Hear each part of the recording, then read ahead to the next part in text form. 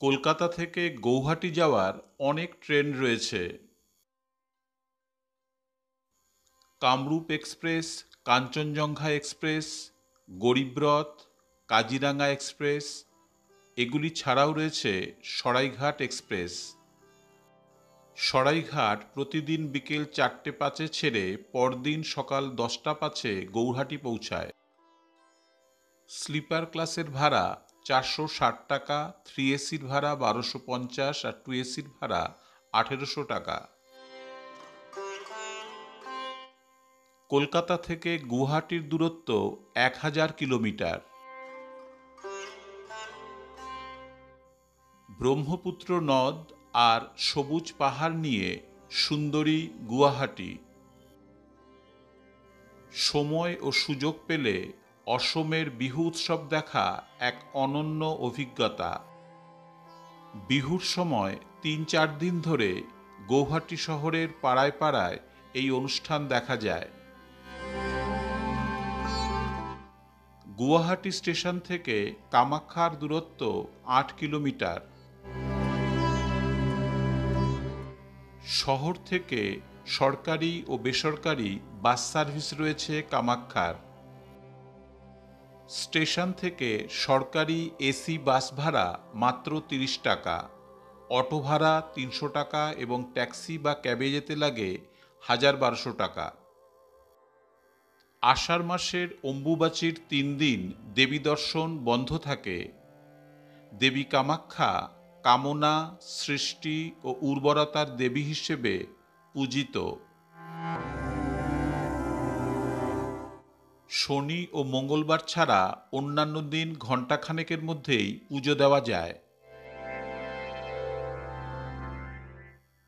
কামাখ্যা মন্দির থেকে 4 কিলোমিটার দূরে ব্রহ্মপুত্রের পাড়ে চক্রেশ্বর মন্দির।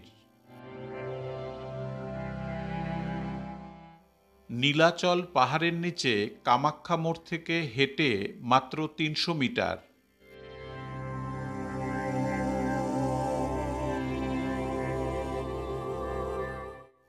এই হল চক্রেশ্বর মন্দির।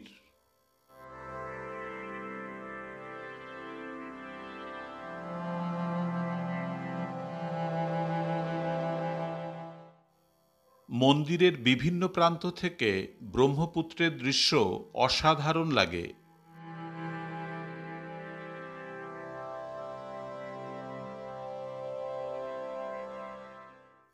চক্রেশ্বর মন্দির দেখে আমরা যাব উমানন্দ মন্দির দেখতে।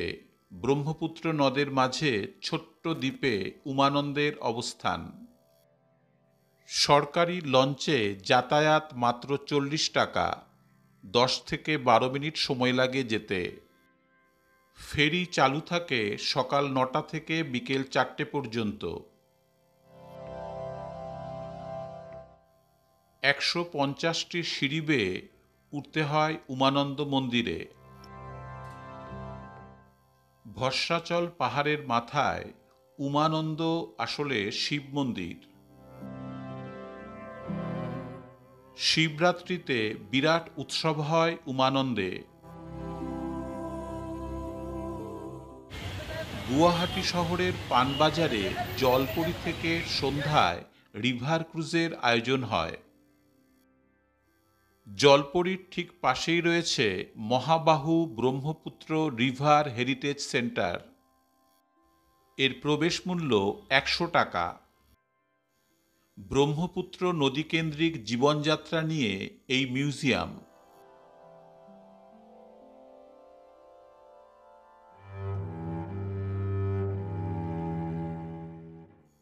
মিউজিয়ামের বাইরের পরিবেশও অসাধারণ।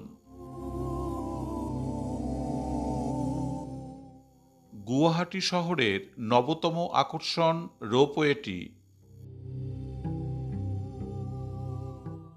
কোনো নদীর ওপর দিয়ে চলা ভারতের দীর্ঘতম রোপওয়ে, 2.1 কিলোমিটার লম্বা। যাতায়াত মাথাপিছু 200 টাকা। টিকিট কাটতে একটা আইডি কার্ড লাগে। রোপওয়েতে চলার পথে নিচে দেখা যায় উমানন্দ মন্দিরটি।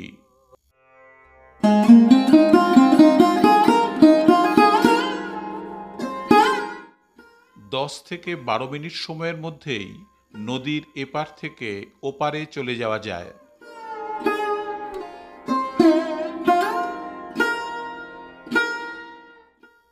ব্রহ্মপুত্রের এপারেও আছে দেখার জায়গা।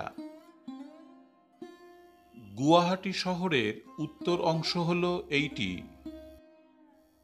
বেশ গ্রামের পরিবেশ। চলে এলাম দৌল গোবিন্দ মন্দির।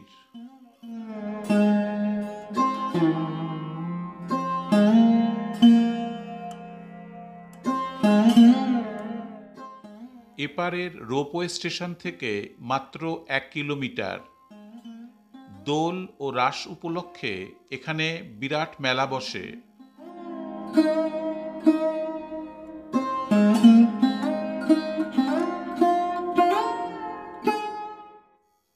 গুয়াহাটির বিভিন্ন প্রান্ত থেকে ব্রহ্মপুত্র এক এক রকম।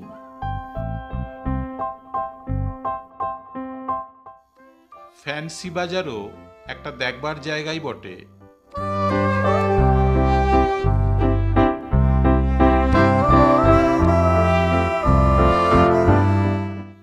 গুয়াহাটির স্থানীয় মানুষদের কাছে কেনাকাটার প্রিয় জায়গা এই ফ্যান্সি মার্কেট।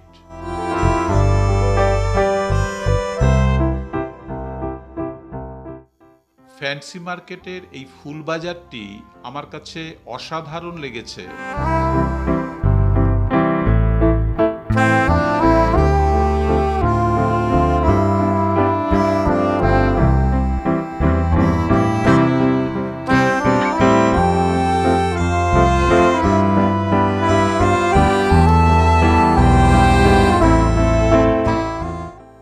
অটো ও ট্যাক্সি ক্যাব ছাড়াও সারা শহরে চলছে সরকারি ও বেসরকারি বাস। পল্টন বাজার থেকে 13 কিলোমিটার দূরে বশিষ্ঠ মন্দির।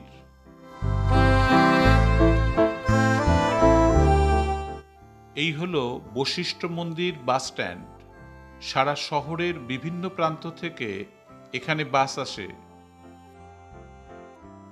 অসম ও মেঘালয়ের সীমান্তে সন্ধ্যাচল পাহাড়ে বশিষ্ঠ আশ্রম দেবালয়। এটি একটি শিব মন্দির। ভোর 5টা থেকে সন্ধ্যে 7টা পর্যন্ত খোলা থাকে। লোকশ্রুতি, বশিষ্ঠ মুনি এই সন্ধ্যাচল পাহাড়েই বিষ্ণুর তপস্যা করেন।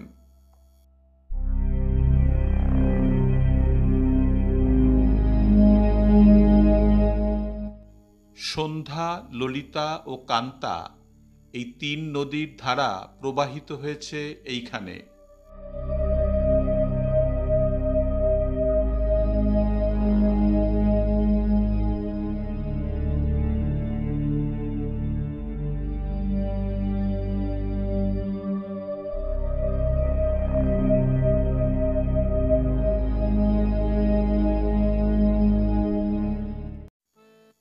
গুয়াহাটি থেকে 30 কিলোমিটার দূরে শুয়ালকুচি।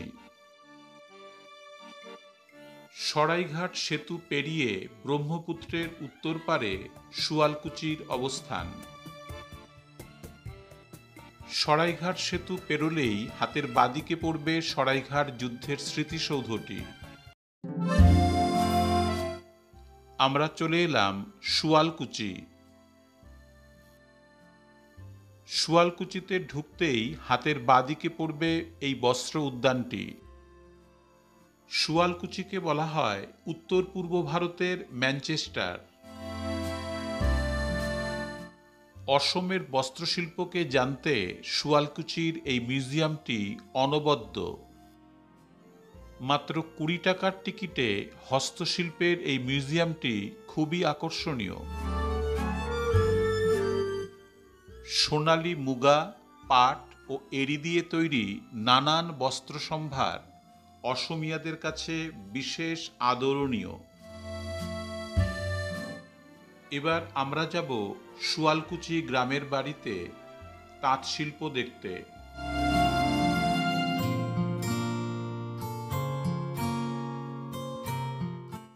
শুয়ালকুচির এই তাঁত শিল্পের ইতিহাস কয়েক শতাব্দী প্রাচীন। শোনা যায় সেই লক্ষণ সেনের আমলে এই শিল্পের সূচনা হয়েছিল।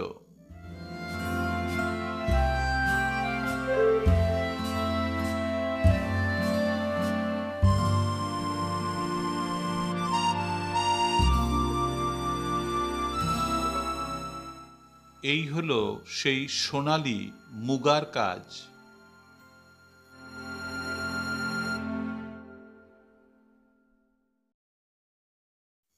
এমন গ্রামীণ পরিবেশে এই ধরনের বিলাসবহুল হোটেল দেখলে আশ্চর্য হবার কথা। আসলে শুয়ালকুচির পরিবেশ অসাধারণ। শুয়ালকুচির বস্ত্র সম্ভারের খ্যাতি অসম রাজ্য ছাড়িয়ে সারা দেশে। পর্যটন ছাড়াও ব্যবসা বাণিজ্যের জন্য সারা দেশ থেকে মানুষ আসেন এই শুয়ালকুচিতে। তাই শুয়ালকুচিতে আজ গড়ে উঠেছে এই ধরনের রিসর্ট এবং অনেকগুলি নামি দামি হোটেল।